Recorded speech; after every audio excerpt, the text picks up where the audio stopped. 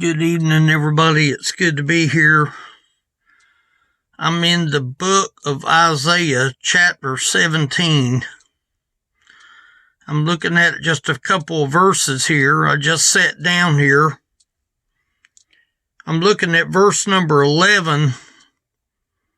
It says, "In the day shalt thou make thy plant to grow, and in the morning shalt thou make thy seed to flourish, but the harvest shall be a heap in the day of grief and of desperate sorrow." Talking about the day of grief. It goes on to say in verse 12, "Woe to the multitude of many people, which make a noise like the noise of the seas, and to the rushing of nations that make a rushing like the rushing of mighty waters."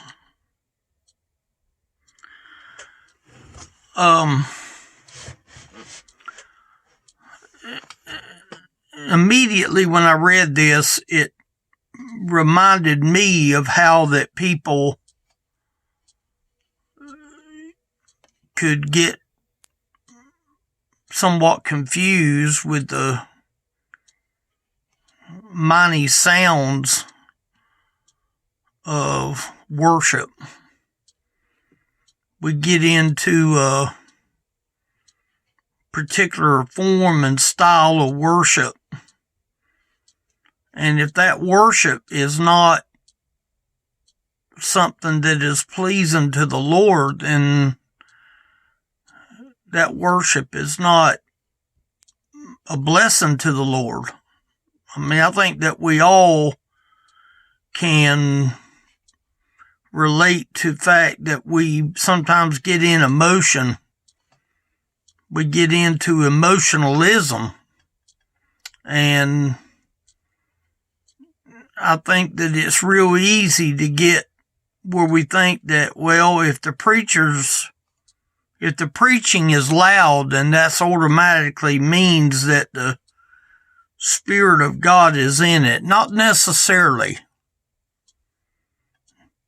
I don't care how loud the songs are, and how loud the praying is, and how loud the choir singing is, and even how loud the preaching is.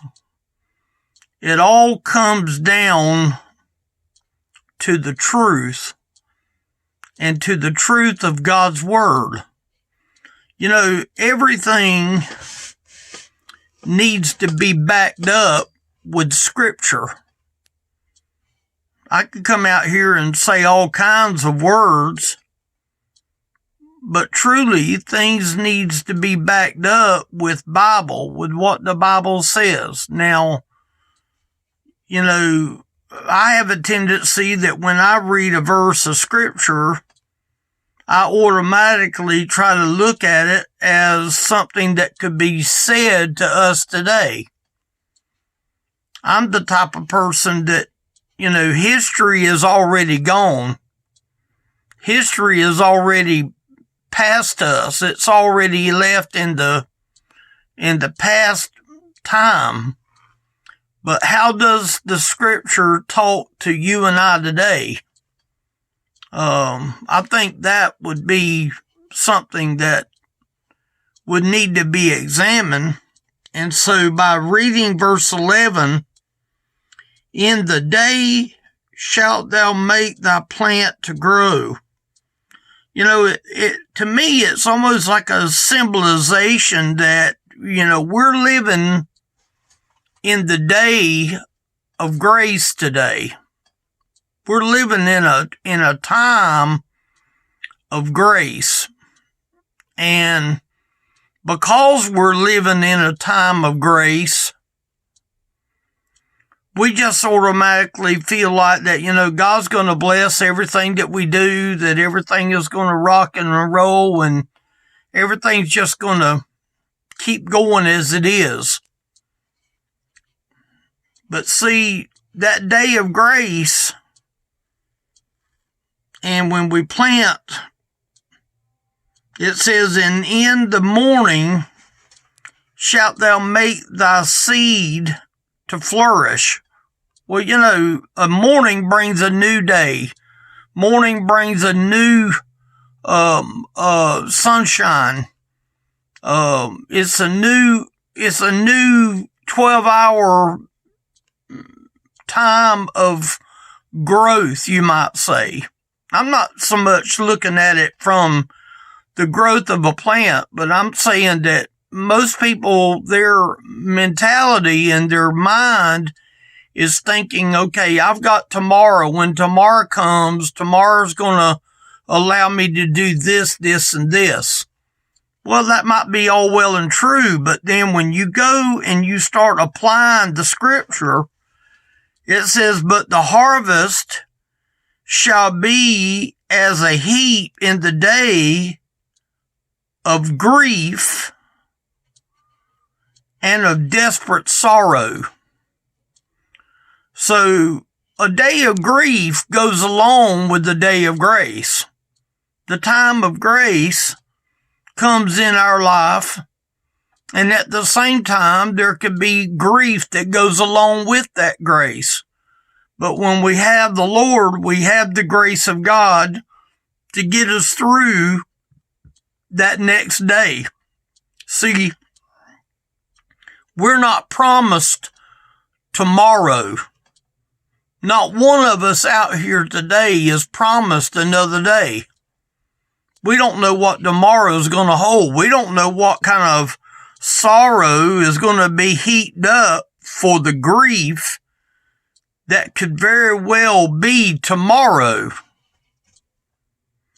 But see, when I read on into verse 12, it starts out immediately that there's things that are against the will of God, because it starts out, woe to the multitude of many people.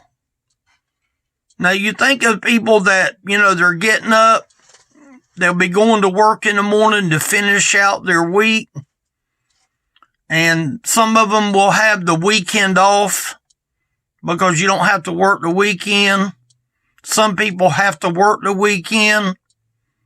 I remember times on the farm where the weekend didn't mean one thing different, that we worked every day taking care of our flock of chickens. We had 135,000 birds on our farm in 14 houses. I mean, it was Johnny get your gun every day. There was certain days you had easy days. If things didn't break down, you had some easy days you could get by with, but you always had responsibility. Responsibility was always what you did that day. You never took a day off of where you didn't check things to make sure that things are running, to make sure the fans was running, to make sure the feeders was running, to make sure that the well was still running. There was so many things that we had to do that was a common thing that we had to do. But watch what this verse says in verse 12. Woe to the multitude of many people. Many people don't see the opportunity of serving the Lord. Because let's face it, tomorrow is my day off. So therefore, I'm not going to serve the Lord because, number one, I don't know the Lord. So if you don't know the Lord, the likelihood is you're not going to serve the Lord. You're not going to care much about that day of woe because we don't see it as a hurtful day. We don't see the hurt that can come from it. And sad to say, that's dangerous, because what he's saying here is, woe to the multitude of many people which make a noise like the noise of the seas. Now, I realize it's talking about water and it's talking about the sea and the noise of the sea. I don't necessarily think that it's talking just about the noise of the sea. I think it's talking about the noise of what goes on in our life that floods our life with every kind of noise other than what the Lord says is the noise that He wants us to have. Honestly, I think the noise that He wants to see in us is noise of real worship. Noise of knowing who the Lord is, knowing that the Lord controls our every moment, knowing the Lord controls our every thought process. I think that is what it's actually meaning right here when he reads this verse. And to the rushing of nations that make a rushing like the rushing of mighty waters. See, I think what he's saying is that if we're content to just get by with a rushing sound, then it could actually rob us from the true, genuine spirit of worship of the Lord. Because it does say in that verse, woe to the multitude of many people. See, it's talking about many people that are flooded with all kinds of noise, but very little of the noise is the worship of God. We've got our weekend planned. We're going to do this because this is our weekend plan. This is what we're going to do. You know, it's somewhat sad that there's a lot of people that do not even care about the woe of God. The woe. I remember doing a message on the woes. I wish I had looked it up. I remember looking it up, but I can't remember. But it's insinuating negative. Woe to the multitude of many people. There's many people that doesn't know the Lord. There's many people that doesn't know who Jesus is. There's many people that are in a situation with all that they know and all that they don't know is nothing but woe. See, the lost man doesn't know the word woe. They're just marching time. I remember being in the high school band. And when we was in the high school band, we had to learn to mark time. And when we would stop on a certain yard line, we would have to still march, but we would march in place. We would lift our legs together and march in place. And that's what they call marching in time, marching in place until the signal was for the line to move on or to back up or to go sideways or whatever. We would mark time and we would stay in that place. And see, lost people are used to marching, but they're not going anywhere. They're marching to something that's not bringing any victory. They're marching to a sound that the Lord's not getting any glory because they marching to the sound of woe more than they are in marching. They're content with the noise of the marching of woe instead of marching by the ability of God. Woe to the multitudes of many people which make a noise like the noise of the seas. See, a lot of times, even in our church houses, we tend to make a noise. We think that that's what God wants us to do. Is I realize the Bible says make a joyful noise unto the Lord. I understand. But not everything that is a noise of God. There's a lot of places that make a noise, but that doesn't mean that it's God ordained. But when we are under the sound of the woe, that ought to always make us think a little bit. And to the rushing of nations that make a rushing like the rushing of mighty waters. To me, it's showing me an empty worship. It's showing me a noisy worship. You can have a noisy worship. That doesn't mean that it's godly. It doesn't mean that the Holy Spirit is going to bless it. There's a lot of places that get loud with the preaching. And they'll think, oh, that was so anointed because it was so loud. Not necessarily. Not necessarily. You can be loud. I can come out here and be loud. That doesn't necessarily make it of God. See, God's not impressed with just me talking loud. He's more impressed with the woe that comes out of me. If he sees that I'm a two type of person, I'm a person that lives in front of the camera, and I'm a person that lives away from the camera, and I'm two different people. See, woe to the multitude of many people. I believe he can say woe to some of the church people.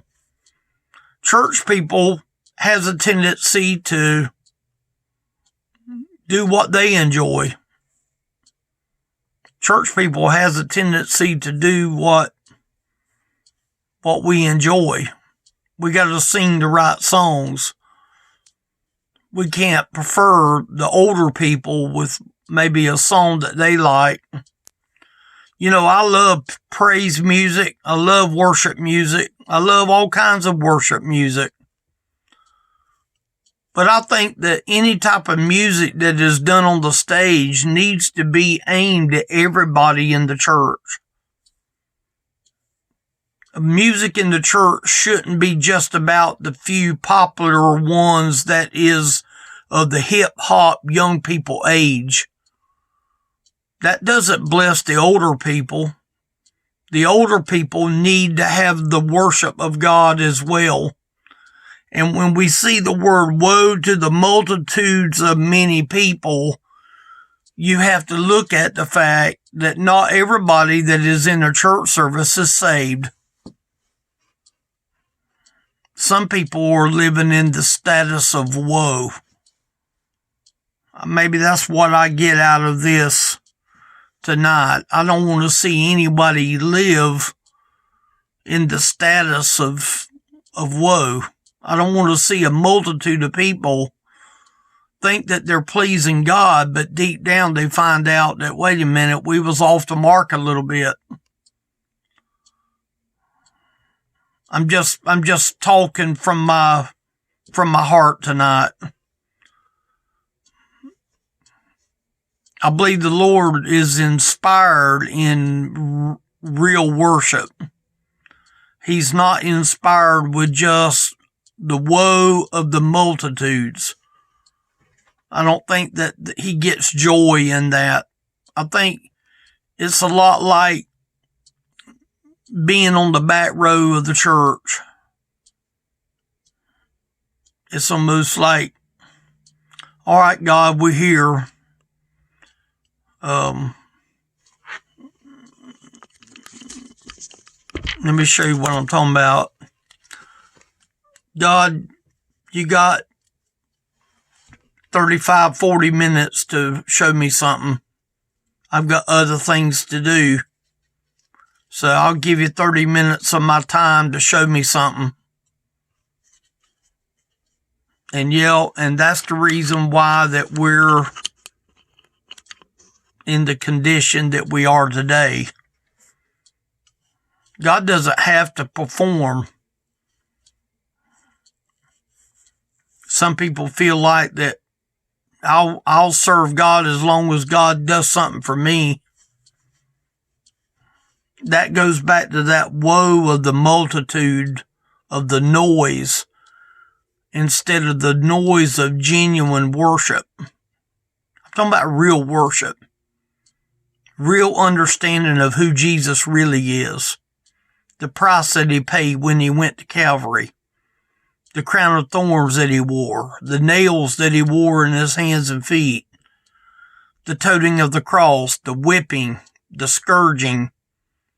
The mocking. The belittling. And then the death of Jesus on the cross. He didn't stay dead.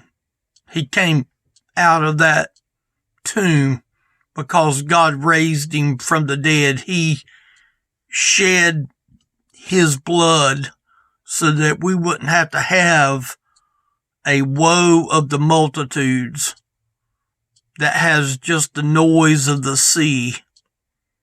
You know, one of the most beautiful sounds you could ever want to hear would be the sound of the sea. But you know what? That's constant. That's constant all the time. It's it coming in from the beach, and we hear the waves crashing on the land, and it's a beautiful sound. But I have a feeling that's the way the Lord hears a lot of worship places that is trying to produce their own worship, and they're producing the worship of woe. I hope that makes sense to you today. Don't be caught in that worship of woe. Jesus went to the cross and died so you wouldn't have to do that. Elderly Ministry is the website. There is where you can go and pull up my number and give me a call. I'd love to talk with you. If you need salvation, I'd love to talk with you. You can also go to my YouTube channel. You can go there and pull up YouTube, and you have a phone number there under the About Us that you can go and take a look. Leave a message when you call. Please leave a message. Don't just call and hang up. But if you want to talk, let me know that you want to talk, and I'll get back to you. I thank y'all for listening tonight. Just tune in later on. We'll do another one sometime. Thank y'all for watching.